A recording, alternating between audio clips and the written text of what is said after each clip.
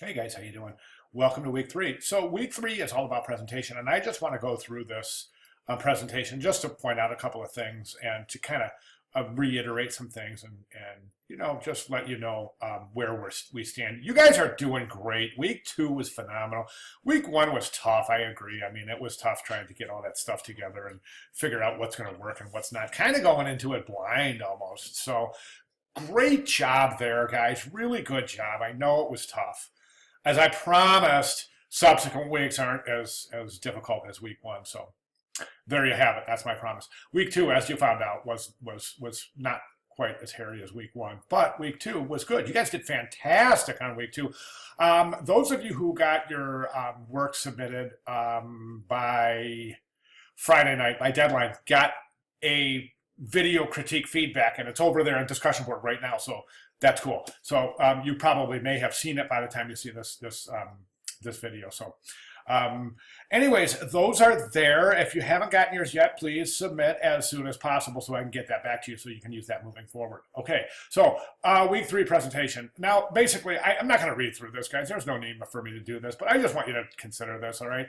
A lot of portfolios about research. It really is. I mean, get out there and see what's going on. It's so important for you to do that. See what's going on out there. Otherwise, as I said, you're going into it blind. I can show you my examples. I can show you examples from previous classes. I can show you successful examples, but there's nothing like getting out there and looking at literally hundreds of different examples. And the only way you can do that, of course, is to get on the internet and research. Right here it says try a search for internet for graphic design portfolios. And you know what? Hey, why not? Let's just go ahead and do it. So if we just go to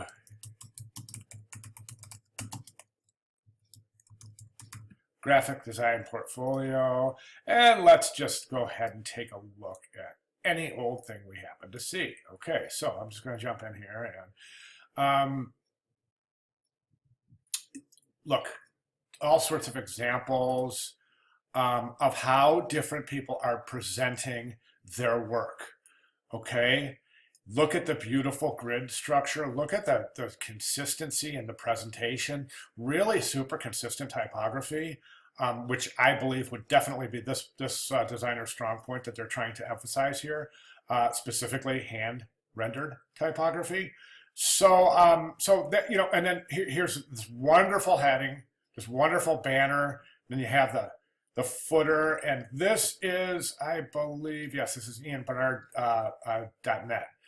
So the point here is that I just randomly clicked and found a beautiful example of a portfolio. So that is just a little example of how important, how easy, and how powerful research can be. So again, right there, research. Beep, see its headline. It's highlighted research. Okay, so anyways, some things to consider. Look at that. Art cases, portfolio books. Listen, if you guys have any questions at all about putting a book together, let me know, please. I know all about it, so let me know. This class doesn't specifically require a book, however, it does highly suggest it. So if you're interested in looking at some sort of a case, a portfolio case, if you have any questions about Lulu or Blurb or printing your own portfolio books, let me know, and let me know what direction you're interested in pursuing, and I can give you my recommendations there.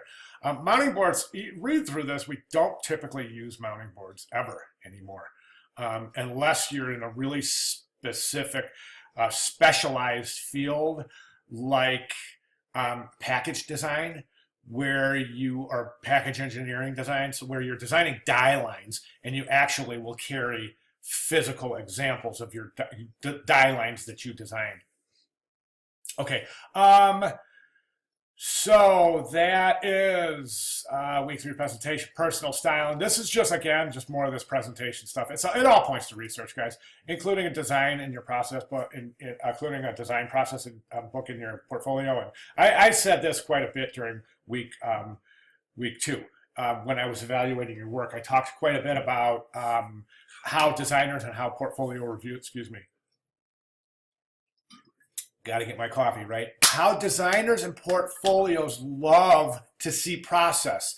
And we do, and we do. And personally, I can speak personally saying I do not hire designers without seeing process. Meaning I like to see ideation, see the idea go from an idea to fruition through notes, sketches, drawings, notes to yourself, type studies, color studies, all sorts of different things that go into showing the process. And that's really super important. So keep that in mind. Midterm evaluation, read through this. It's not what you think it is. So, or I shouldn't say that. I should say it's not what it sounds like. So don't freak out. It's not any kind of evaluation. Don't worry about it. Read through it though. So we have our portfolio research, and again, here we are. The word research, and this is at least the third or fourth time I've highlighted this word in this presentation. So yes, this week is about. Well, actually, I'm going to go ahead and say portfolio is about research, guys. It's really important that you don't try to do this blindly. Get out there, see what's going on. And when I say get out there, I mean simply click a few times on the internet.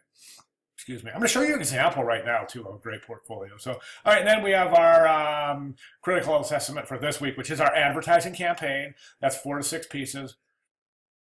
Guys, listen, you know, this isn't due until Friday, March 10th. And I mean, that's almost a week. If you want to submit your advertising campaign early, like Monday, or this announcement will go out Saturday or Sunday night, go ahead. I'll jump ahead and we can go ahead and take a look at that work.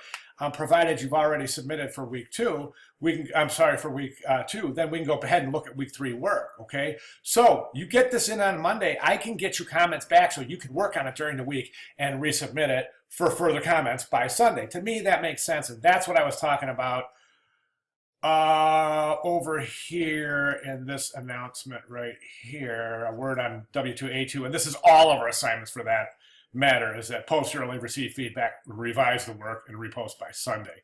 And I've found that that's the most successful formula. I found that students who abide by that formula have the most success in the class. So please keep that in mind. It works. It works. Okay. As opposed to, okay, I got a lot to do this week, so I'm going to sit back on this and then I'm going to post on Saturday. Do you see what I'm saying? So you won't get feedback till Saturday late, maybe even Sunday. And by this time, you should already be thinking about moving forward to next week, okay? I hope I'm making sense without sounding like I'm preaching. All right, so where were we? Week 3, assignment 2. Yes, that's the advertising campaign. Problems and solutions. I don't think there were any questions there. Let's jump over to an example of a portfolio that I want to show. Okay, this is a fantastic portfolio, and I just want you to note a few things. Okay, this student has given me permission to share. Okay, so note the cover. Let's go through the pages. I want you mostly to note the grid structure, the beautiful grid structure. Note the consistency, nice color, continuation.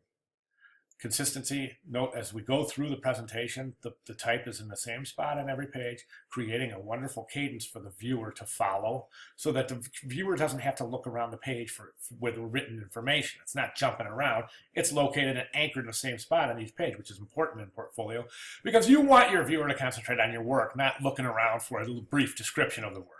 Okay, so this designer starts with a wonderful logo. Then we go into a favorite quote. And then we go straight into the branding package, business card, letterhead, and resume, and number 10 envelope. Okay, stationary system. It's briefly described. Next page, same grid structure.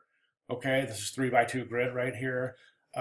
This is going to turn into a 4x2. So little variations, but nonetheless, it's a very consistent. Note that there's a consistent playing field on each page. Okay, I'll place my cursor right in that corner. I'm going to flip through and you can see that that's where that presentation of each individual piece starts and stops at the same point on every page. And I can do that on all 4 corners and it will remain consistent.